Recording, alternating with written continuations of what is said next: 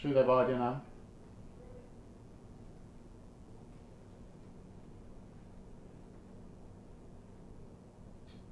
Boom mic is working. Everything is good.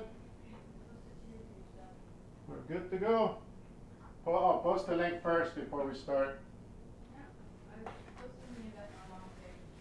Okay.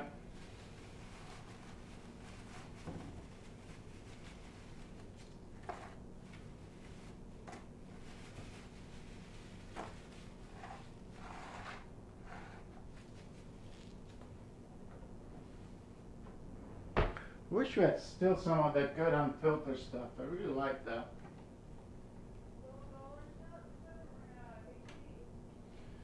Yeah, the one that, yeah, we've been out of that for a while now. I really like that one.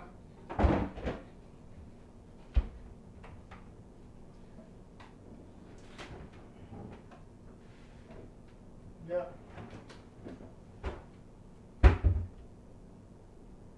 Yep. Tomasino, you ready for us? Stream stuff started. Let's see just questions.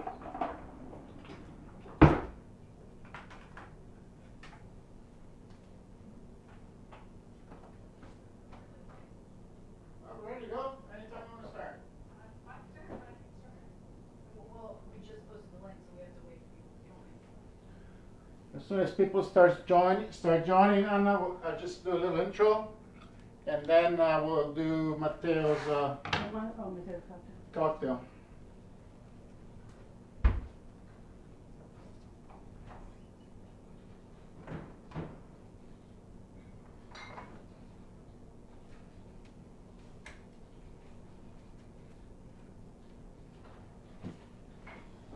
While that happens, I will take out my. You have the botanist, you want the Tanqueray?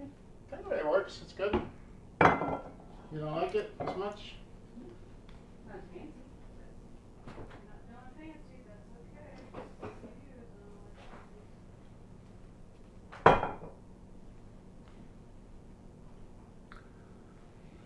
Apparently Mateus thinks the input could be a bit louder. The audio is not getting So audio. Mateo thinks it could be a little bit louder is what he's saying. Oh, okay. We can bump it up. I wouldn't do it by too much. Okay. Let me see. I think it's better to be quieter. Can you hear me now? I don't have. It's gonna take 10 seconds before he hears this, and then he can tell you. Anna, you have audio on the pre-show? Yep, it's just a little bit lower than usual. Okay. But the audio is showing it's lower. Is that what you're telling me? And so Mateo's review is. Okay. I think it'll be fine.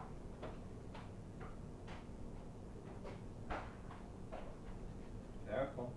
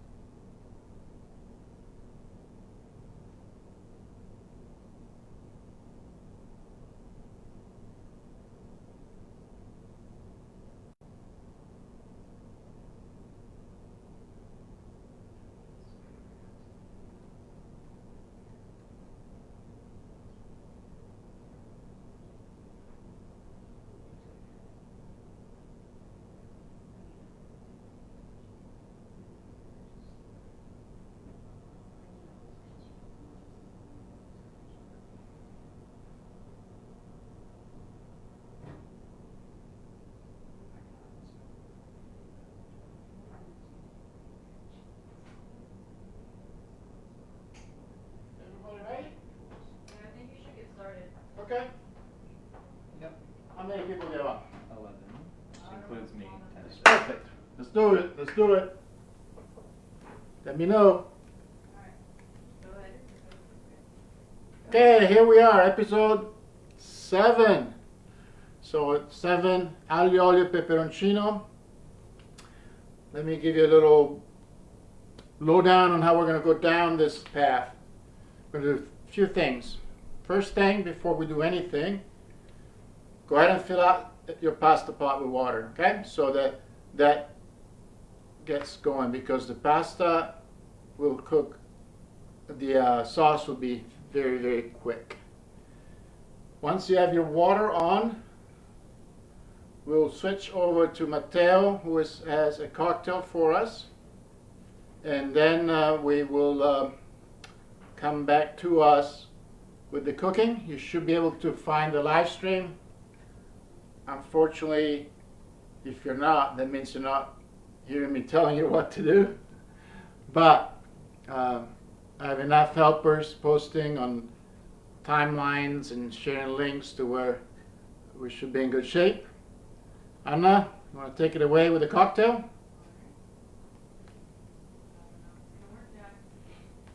Did it even trend?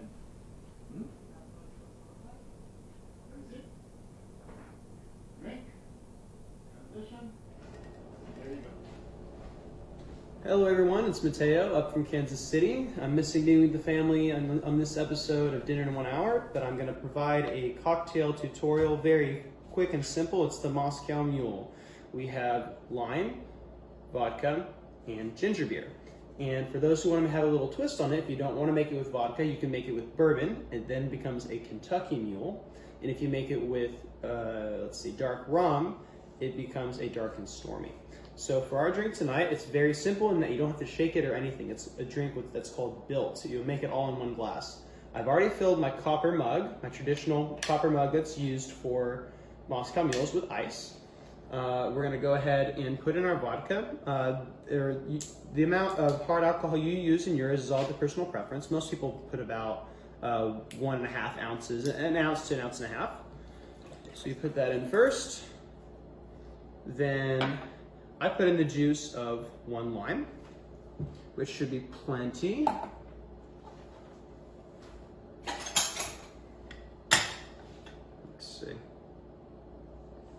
It's a pretty decent sized lime. I need to sharpen my knives. This one's very, very dull. That's an accident waiting to happen. All right, let's go. 1. Here we go. And oh, I almost made a mistake here. It's nice to have a little garnish for this drink as well. And it's a lot easier to cut that little lime wheel for our garnish before we press it. So I'm glad I didn't press both of them. For the lime wheel, you just cut your lime in half and then cut one more, smaller, and hoping again with this very dull knife not to cut my hands. Not to cut my hands. Very nice. All right, here we go. All the way down like this. And then what you'll do is cut a straight line from the middle down. And I'll save that one for the garnish. Go ahead and put in our second bit of lime juice.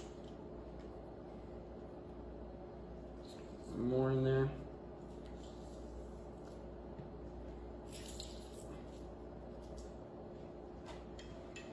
And then at this point you top it off with your ginger beer.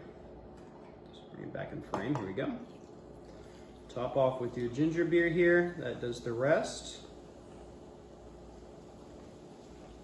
I do give it a little bit of a stir just to make sure everything is equally incorporated.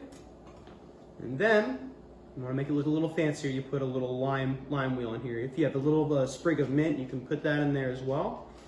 And that is your Moscow Mule. Cheers and enjoy this episode of Dinner in 1 Hour.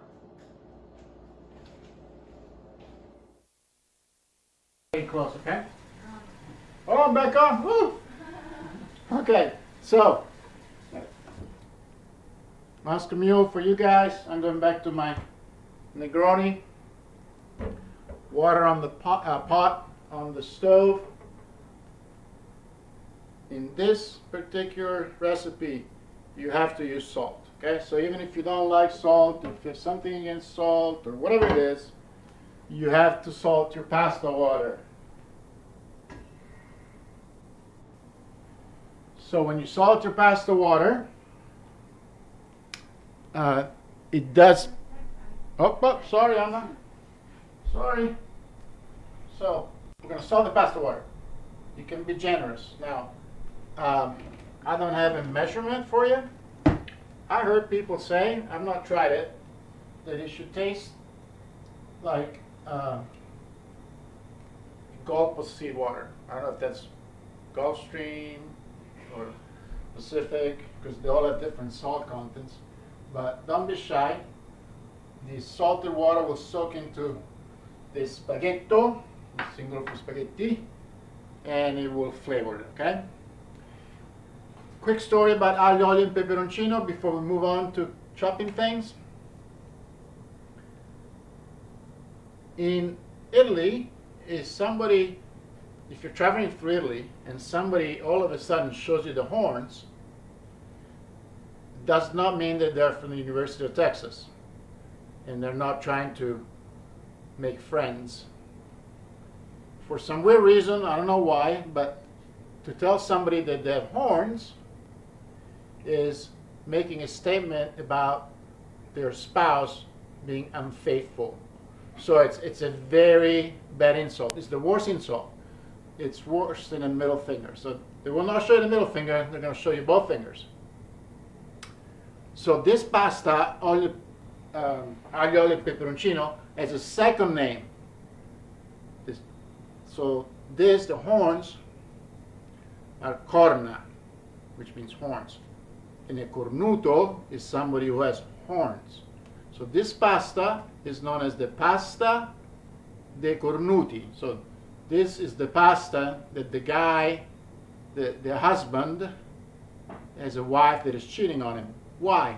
Because it's so quick that she did, we don't want to know what, the whole day, and in the last 10 minutes before he comes home, here is the meal and it's ready. So pasta dei cornuti, aglio, olio, e peperoncino. A little bit of background. Don't get any ideas, that's not what I was trying to do there. Let's go back to the cutting board, okay?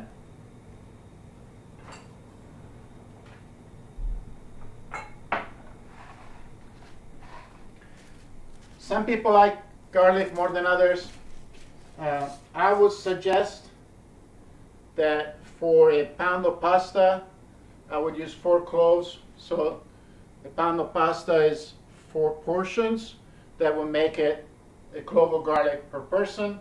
There are many ways of making this particular recipe. The way I will present it for you tonight, I will not leave the garlic in the pasta, but you're more than welcome to do that. So if you do that, you will have to chop your garlic, not too finely, but a good chop. If you're not going to do that, then you can follow what I'll do, which is just keep the garlic in his shirt, as the Italians say, in camicia. So the garlic is still going to be wearing a shirt when he goes into hot olive oil. And I have here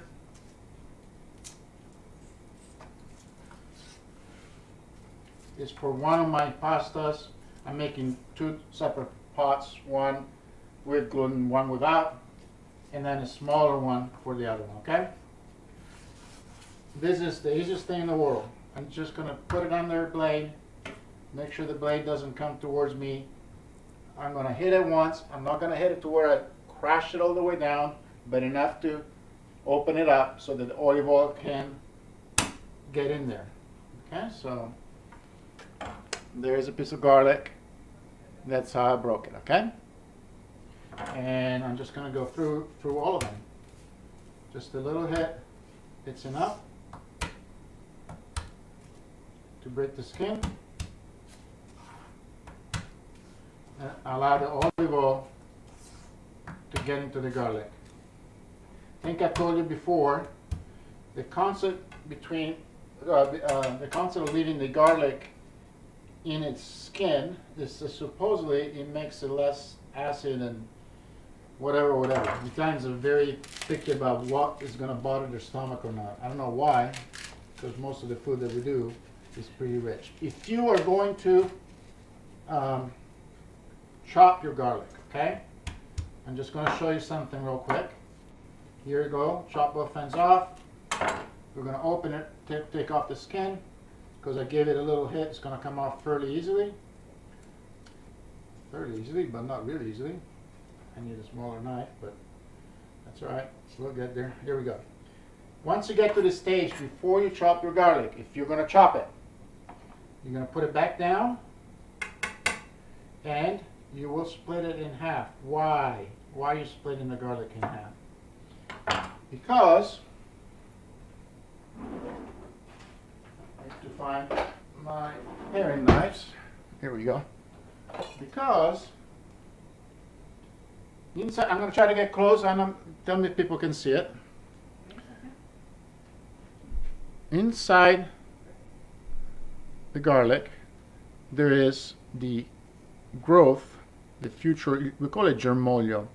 I don't know how you say it in English, but it's the bud that comes out of a seed when it starts growing, when it germinates. So that part is what bothers your stomach. So if you're going to chop it, cut it in half and take out the germoglio. The other word for it is, the Italian referred to it as anima, which is the soul. This is the soul of the garlic. We will remove it, okay?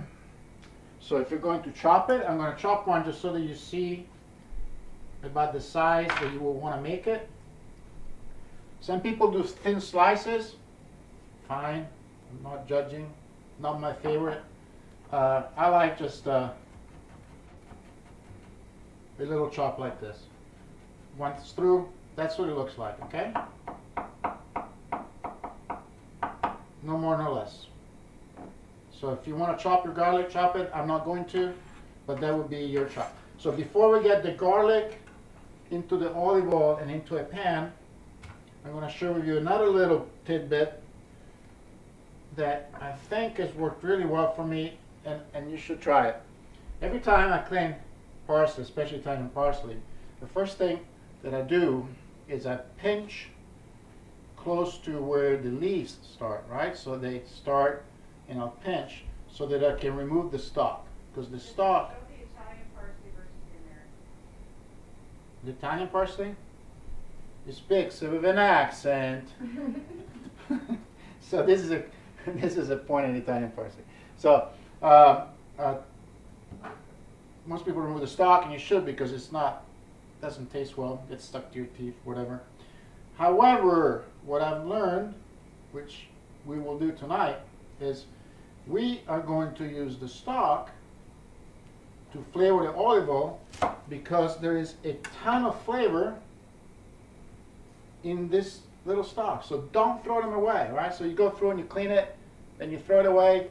I just cut the stalks, and I'm getting more aroma out of that than the leaves. Okay, so we have the garlic, we have the stalks. I'm going to grab my big frying pan, a generous amount of olive oil, and we're going to start infusing the olive oil with flavor of the garlic and the parsley and the pepper flakes. Okay.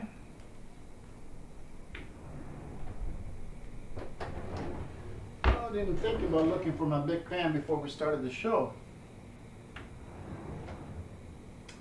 but I'm sure it's in here.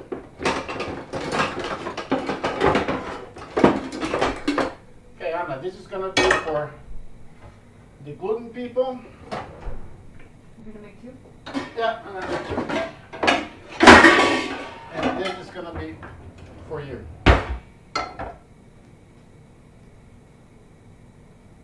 I'm losing everything. No, I lost the olive oil. Can you see it? Well, it's an Italian. Well, it's an Italian kitchen without olive oil. It's always in there. It is always in there. Mama, where's the olive oil?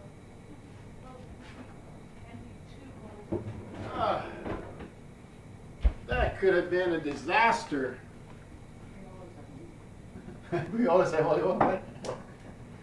We do have olive oil in this house.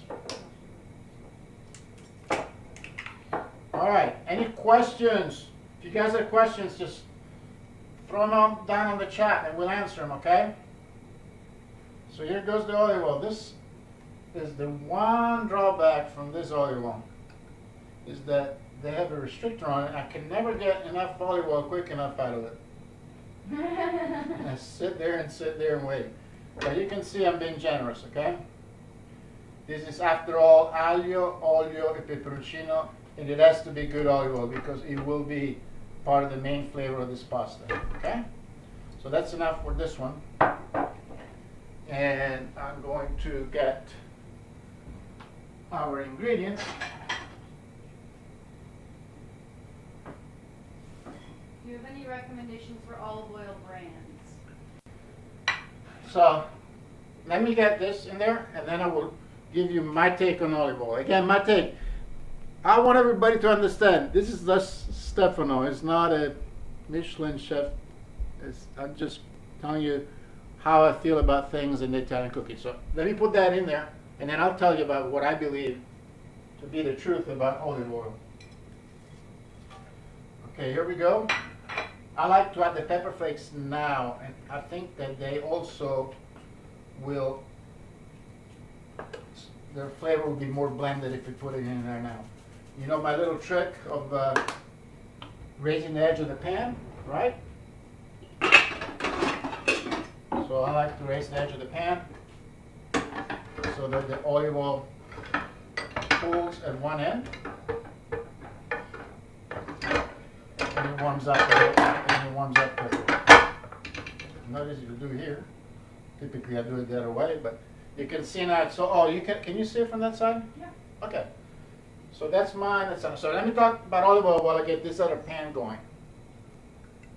So olive oil, the only ingredient in olive oil, there's only one ingredient, and that is olives. Now you're gonna make me backtrack. There's olives, and only olives, because during the process also water is used, but then it's centrifuged. So the water centrifuges out, the good olive oil stays in. So the olives on those beautiful olive trees are shaken down to the ground, collected. The leaves that came down from the shaking are separated. And then they're put in big burlap sacks and taken down to the frantoio. The frantoio is where the magic happens, where they make the olive oil. So, as with any fruit, when you take it off of the tree, the second you take it off, a different process starts, right? Whether it's ripening or ripening. In the case of olives, as they sit away from the tree, their acidity increases. So the more sophisticated growers, the ones that really want to have more appeal, they want to charge more for their oil because it is better, they claim that they're getting the olives from the tree to the ground, to the frantoio, the olive oil mill, the same day. So the olives come in there, they are mashed under the old time, a stone grinder that make the pulp. The pulp is arranged onto heavy burlap discs. One disc, the pulp, and then a hole in the middle, looks like a donut, this disc. One more disc and the pulp, and it keeps on going up, and they stack it. Extra virgin olive oil means that the olives were ground down, they were put on these discs, and then they were pressed really hard on these hydraulic presses. What comes out of there is extra virgin olive oil. Nothing else has been done to the olives. If it's not extra virgin, then it's olive oil. So that mash that has been squeezed and has produced this beautiful, fragrant, fresh olive oil now moves to the next stage. It's collected and it's taken to a different plant. And now steam or other additives or other things are used to extract whatever oils are left in the mesh. But that is not extra virgin olive oil, of course, because now there's heat introduced, or chemicals or other things. So you extra virgin olive oil, olive oil. And I believe there's even one last step, which is just called oil. I don't know how they get anything more out of it.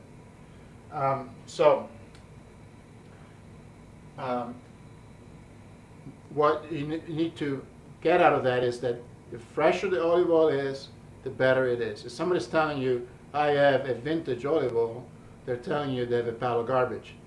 So olives are picked in November. So if I'm going to the store, to Costco, to find their Italian olive oil that is guaranteed DOC, which is the origin is guaranteed to be Italian olives from a particular region, I want to see on there that it will say 2019 harvest. If you go there and they have 2018 harvest left over, that I'm sure is still very good olive oil, but you're not getting the fresh milk out of the dairy section. You're getting the milk that is a little bit past this age. Okay, so that's the long story. I'm partial to the taste of Tuscan olive oil. There's also some very good olive oil in Sicily, in Puglia, and there's very good olive oil in other countries around the world.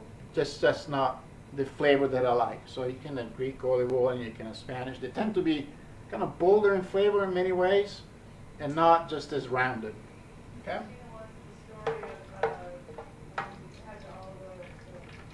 The olive oil spill story is not a happy story. I don't know why she's reminding me. We had a house in the country where we would spend the summer until we started spending it on a boat. But we were spending, and that property had olive trees. So in November we would, as opposed to doing commercially, we would invite friends to come and pick the olives with us. And they would stay a couple of days and we'll pick the olives. It was a small property. I think we only had 30 trees. But it produced a good amount of olive oil, really enough for us to last us for a year. And that one particular year that Christina is referring to is when we picked the olives, we spent time at the frantoio watching them make the oil the same day, and they put it into this big glass container that had handles on both sides. And I was a little boy back then, and as I was so excited because it was a particularly good crop for us. We had more olive oil that year than usual. And as I walked into the house yelling, "Mom, Mom, look how much olive oil," I tripped on the threshold and went down, and the bottom of the glass jar broke, and this most beautiful, most expensive fresh olive oil just flooded the first floor, the living room and kitchen of our house in the country. So that's the story. Not a good story. So, but because the bottom of the glass was held together by some whatever, my dad rushed to grab it, and he was slipping and sliding on the olive oil all the way to the kitchen sink to be able to put the jug into the kitchen sink to see if there wasn't any way of salvaging it. So not a good story. Well, a good story, but not a good story. All right, water is getting hot. I can smell this. It smells great. I do not have the garlic and onions, so I need to get going on that. Or parsley. Or parsley. You want some parsley stalks in there, Anna? Well, it's too late. No, it's not. Your olive oil is not even Oh, but going. you cut all them. No, look, I got some right here. Enough for you.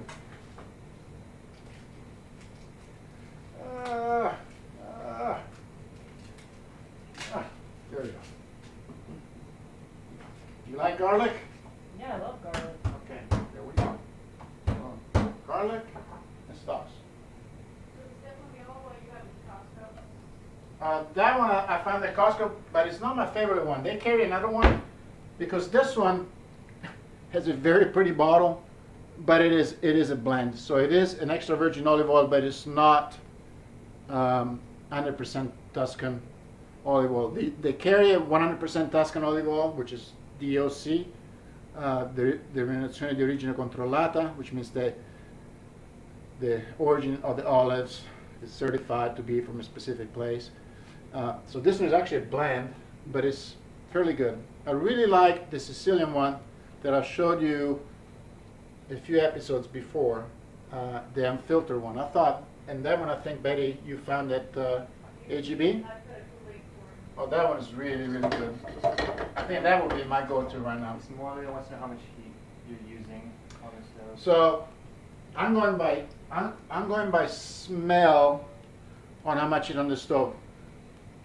Whatever you do, the best thing you can do is undercook the garlic. If you put too much heat and you start burning the garlic, the smell will change. It will almost become an acrid smell. So the second the garlic either starts turning color or it stops bubbling, as you can see. I don't know if you can see it in here or not, but you can see it bubbling. Burner's on low. Yeah, I turned low because I was talking too long. So you're right. The burner is on low because I'm yakking a lot and not cooking. If this was just the cooking, this would be done by now, and I would have it off. Okay, I mean on medium, but I actually put it lower just to be able to have a little time to talk to you guys. We need pasta water with starch to continue the cooking process of this olive oil. To do that, it is time to get the pasta in your pot. My water is boiling. If your water is not boiling, don't be upset. Next time we will talk about how water cooks the spaghetti and what is important and what is not as far as water temperature, water quantity in the pot. It will affect the final taste of your meal, okay? So this is Anna over here. I'm going to turn her down a little bit. She does not have red peppers, so I will add it right now. Spicy or not spicy, Anna? Medium? Okay, we'll go medium. I'll put a little more in here. All right, so we need the pasta in the water. Tonight I will use my extra premium pasta because I want to, and it's going to be really good. So we'll do this one for us. They're Italian packages, so they don't come in a pound. It's a little over a pound. It's 500 grams, okay? And this is the pasta that I've shown you before. That is the full length, right? So we get an extra long spaghetti. And they are in there and going. And then Anna, we'll use for her our favorite gluten-free pasta from AGB, right? But she doesn't need the whole package, so I'm going to do half. I'm going to go like this, open the pack, and we'll do about half of it for her. Okay? I'll see one more, huh? So my garlic in here is done, and I will show you why it is done. It is done because it smells the right way. It is done because there are not as many little bubbles coming out of it, which means that the water has come out of it. And it's done because when I press on it, it feels soft, right? But look, it feels soft, so it's fully poached in the olives, right? But it's not brown. This is what you want. If you can get to this, fully poaching your garlic without browning it, it's a whole different flavor of pasta, flavor profile, and I guarantee you, you will love it, okay? So I need to do two different kinds of pasta, two different kinds of inputs. On this side, we'll do the gluten-free, free. So this, remind me, Anna, is going to be for you. And on this side, we'll do the spaghettoni. So that garlic was fully poached, but not burned. I'm going to pull it out, and I will pull out the garlic, okay, and the parsley. I'm going to pull both of them out. Okay, so maybe now you can see them better. The garlic is soft, it has just a hint of goldening on that one side, but for the most part, nope.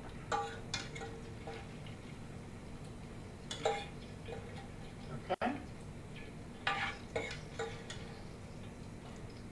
If you still have a little bit of parsley in there, it's no problem. Just make sure you don't add that garlic, because that garlic will burn and it's not going to add a pleasant flavor to your pasta. Well, this pasta is looking good. It's a waiting game now to get some of the starch to release from the pasta, okay? So as soon as the pasta water starts turning whitish, which means that the starch is coming out of the pasta, what we're going to do is find a splatter guard of some kind or a lid. If you do not have a splatter guard, you can just grab the lid, okay? Because what I'm going to do, I'm going to take starchy water and I'm going to add it to my olive oil, which will make a splatter. So make sure you do it behind the lid. Okay, so here we have our olive oil. Olive oil and garlic, and there it goes. Okay. You can be generous. Don't worry about it. Not a big deal if you think you put too much. I'm going to turn the heat back up to medium, so that process will continue. And I'm going to check on Anna's garlic. Anna's garlic is, I think I like it. I think it got brown on the bottom a little bit, but I think the side is perfect. And I like the smell, the feeling coming out of it. It's warmer. This pan is warmer. It's going to splatter a little more. And we have to use her water, her gluten-free water for her. So we'll do this. We'll reach in here. We'll give it a good stir. We'll grab this water. And I'm going to use this to protect myself. Okay. This is also going to stop the cooking of the garlic. So it's serving a couple of purposes, right? So I'm going to turn it down a little bit. It's a little too high. And this one can be higher. Okay. So you can turn it to help it emulsify, and it will emulsify.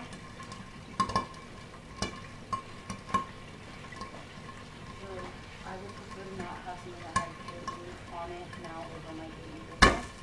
You want? What do you mean? That Where? was here, but it's fine. Where? This one was where?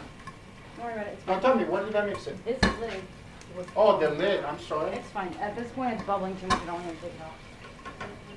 I did not think about that. I used the wrong lid on our stuff. So here, the is starting to emulsify into the olive oil, and it's really making a sauce for us. I'm going to turn it way down, okay? I'm going to put it on low, but you can see it's changing color, kind of whitish. This is what we want on this side. Anna, this is yours. This is your lid, all right? I'm going to move this away, and I'm not going to put it back, okay? So, and on Anna's side, oh, there it is. It's still popping.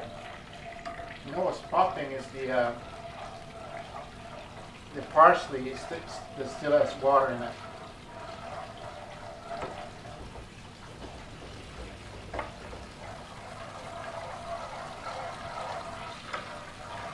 I don't know if you can see it, but the olive oil is becoming denser.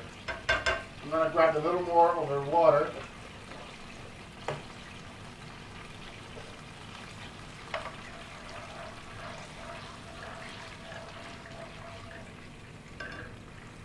And then I'm going to check on my spaghettoni with this one. Stop me if I grab the wrong one. Is this the right one, Bella? Yeah. Okay. Oh, the spaghettoni, I should have put the timer on. They take a long time. They're very big. This pasta, this spaghettoni, that spaghetti that I'm using over here, I believe that it says 16 minutes cooking time. And I will tell you, was I lying? You're gonna call me, you're gonna make me a liar, or you're gonna make me 15 to 16 minutes cooking time. You know what? That's 15 and 16 minutes for the pasta the way an Italian would eat it, which means probably not cooked enough. So they take a long time, which will make, we will have Anna's pasta ready first, okay? This looks awesome. All right. I'm gonna check on Anna's pasta. And this will probably cook about the same speed as the pasta that you guys are using. This is the gluten-free pasta, cooks in about 7-8 minutes. Okay, so if we're getting to, if it's a 7 or 8 minute pasta, when you get to 8 minutes, taste it. And it should still be not fully cooked. That's when you're going to spring into action to finish it off, okay? So if it's getting almost cooked, but you can tell it's not quite there, that's exactly what you're looking for. Hers is getting very close.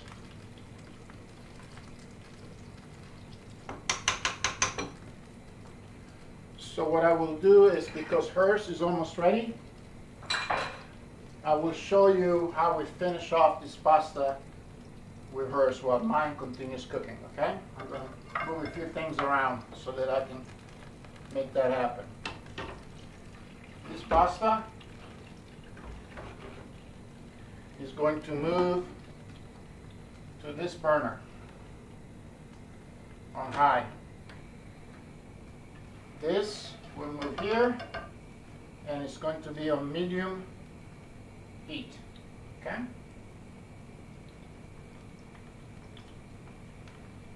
I have the correct handle, correct Yeah. ladle, Bella? Okay. I'm gonna add a little bit more water.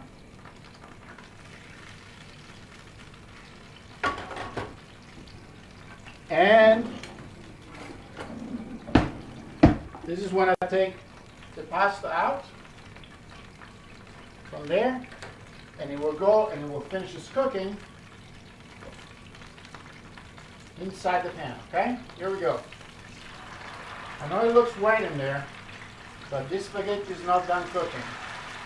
And this spaghetti will pick up all that beautiful water, and it will keep on releasing more starch. Am I boring you guys? Say, Stefano, stop telling us all this stuff. Well, I gotta do something when I'm cooking. And you told us the same thing 10 times. Well, that's what I've done with my kids too. So think about you being my children. All right, so what the technique at this point is to keep the pasta moving. Keep it moving, because as you move it, the starch will come out of it, okay? And as the starch comes out of it, it will form that cream that we're looking for. And it will keep cooking too, right? So we're doing both. We're finishing the cooking, and we're creating the sauce. You're gonna have a nice plate of pasta, Anna Maria, once we're done. I'm gonna turn the heat down a little bit. They feel stiff to the handle, so I know that they're not fully cooked, and I may have to add some more water to finish cooking them, but I'm gonna try one.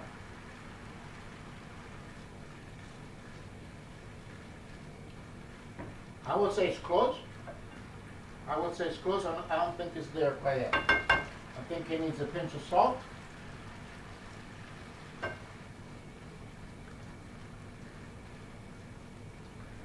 And I think it needs a little bit of water.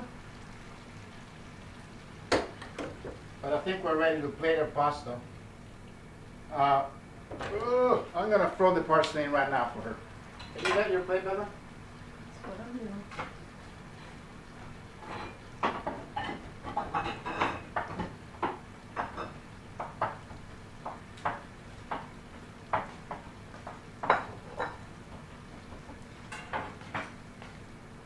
All right. Here we go. Here we go.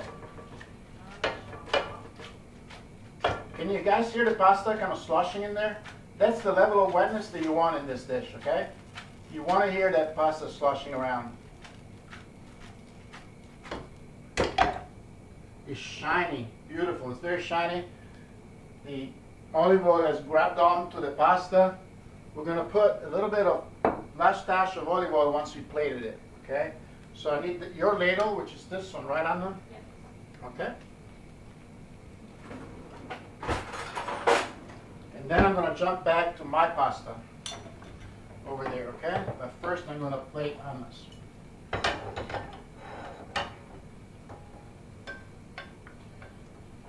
The stove can be off.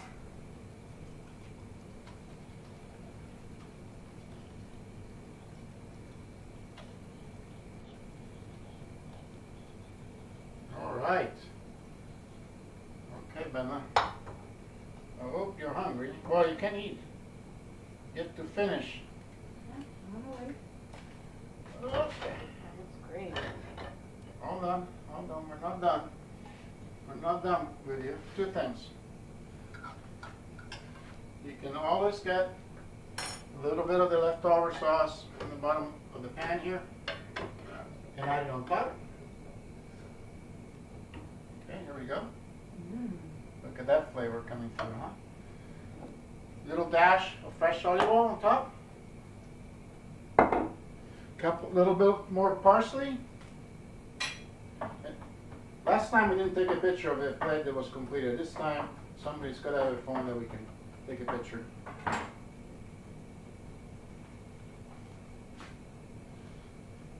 And the final touch. You know what the final touch has been? Your cashmere. Cashmere. Little bit of cashmere on top. So cashmere will just add a little bit of color and quite a bit of spice. It's just a ground red pepper. But Aglio, Olio, Peperoncino. Okay, so there is the one plate. I'm gonna jump and see what's going on here. I don't have any more restrictions on gluten or non-gluten. If you pull your Want to move it? yeah, if you move your pasta, that way I won't make a mistake again. I'm gonna put it on the, it's hot. I'm gonna put it on the, on here. Okay, so that's the rest of your pasta. Taste test? I'm not going to taste it. Okay, then kind of work. Okay. I'm gonna check where we are with these guys. As I told you, they take a long time, but I think they're probably gonna be close by now. Alright, so.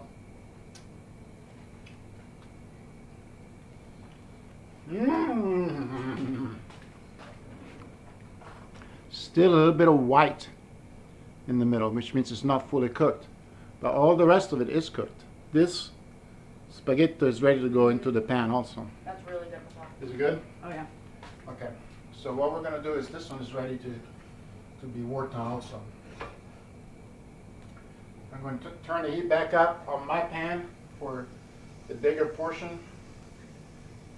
I'm going to move the pasta over here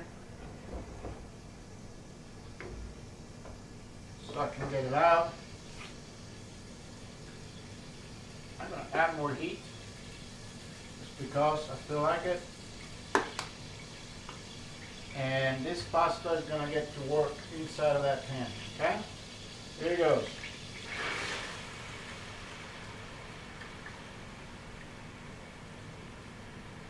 Spaghettoni.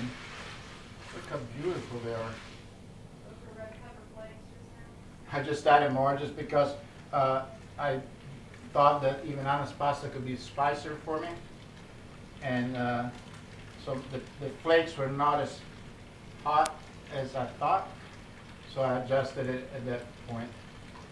Really all the elements except for the garlic, the saltiness, the spiciness can be adjusted until the very end in this particular dish. So this pasta needs, this here needs more water. it's too dry.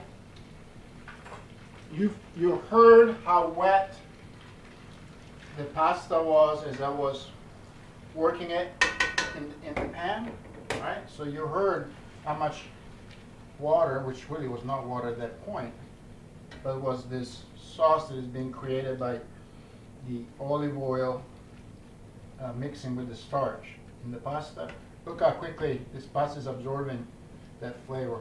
Look how quickly all that water is all gone. So this pasta is right on the verge of being ready. It's when it's soaking up the last bit of water, and I'm adding quite a bit of water because I can tell what stage of the cooking it's in. Okay, so you can taste it, you can feel it, you can definitely feel it. Okay, I have medium heat on because the pasta is still cooking in here. But I can, the flavor is there. The flavor is there. I have not checked for salt. I will do that next. Then I will chop some parsley, and even this one will be ready. Okay. Check for salt.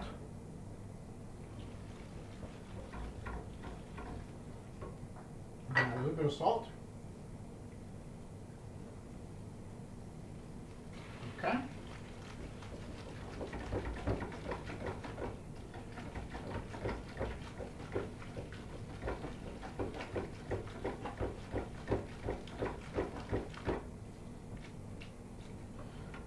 I'm going to turn the heat off, add a little bit more water because it's too dry for me, just a little bit. The next step is chopping garlic and mixing it in, and it's done. You can see how wet I'd like to have it, right? So it needs to be about that consistency, and you can see this nice sauce. Is that in the image, Anna? That the olive oil has created, right? Mixing with the starch, and it's coating the spaghettoni. Those are big spaghetti, so they're spaghettoni very well. Okay.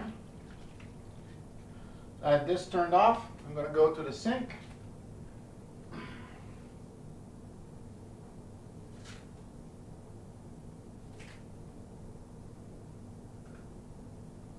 To chop up the garlic. Parsley, sorry. Thank you. Who is that? Correcting me. Correctly. Correctly correcting me.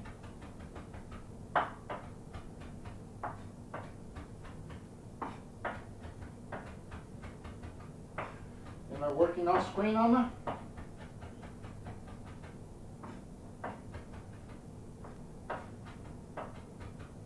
No answer? Sorry, what? Am I working off screen? No, I mean, I'm showing your chopping. Awesome. Awesome chopping skills? Yes. Okay, so here we go. That is the parsley for this one. Betty, are you ready to eat? Okay. Parsley goes in here.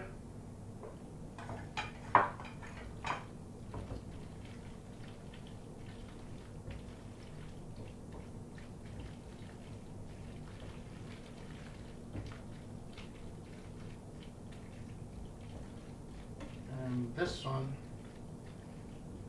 is ready to be plated.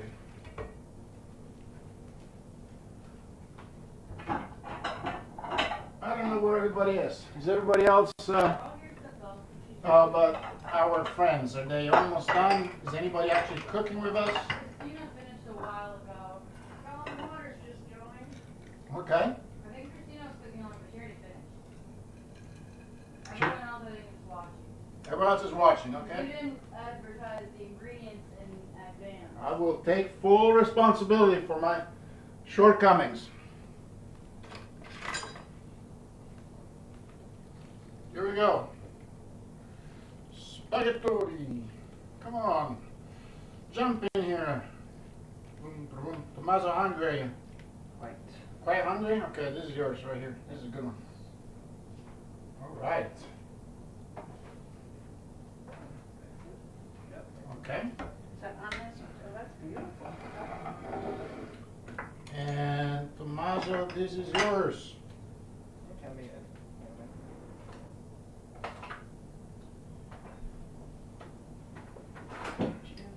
Okay. Can we get everybody here so we can say goodbye to people? And we can go to the table? Bella's studying breakfast, so she's not. Okay.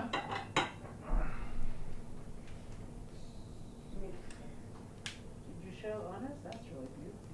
Here it is. Oh, wow. That's really good. Wow, that just looks really good. Episode 7 is over. If you didn't cook, please try it. It's so simple. You saw it. There's nothing to it. Don't burn the garlic. Get the pasta out of the water before it's fully cooked and finishing it in the pan. That's all it takes. And I hope you do try it because it is a very simple and good meal. Thank you, Anna, for running the camera. Tommaso, punching on the keyboard, answering questions and talking to people. Betty, thank you for the same. Good evening. Enjoy your dinner. Hope you have a good week. This is yours. Wow. No, that's Tommaso, actually. It's a big one.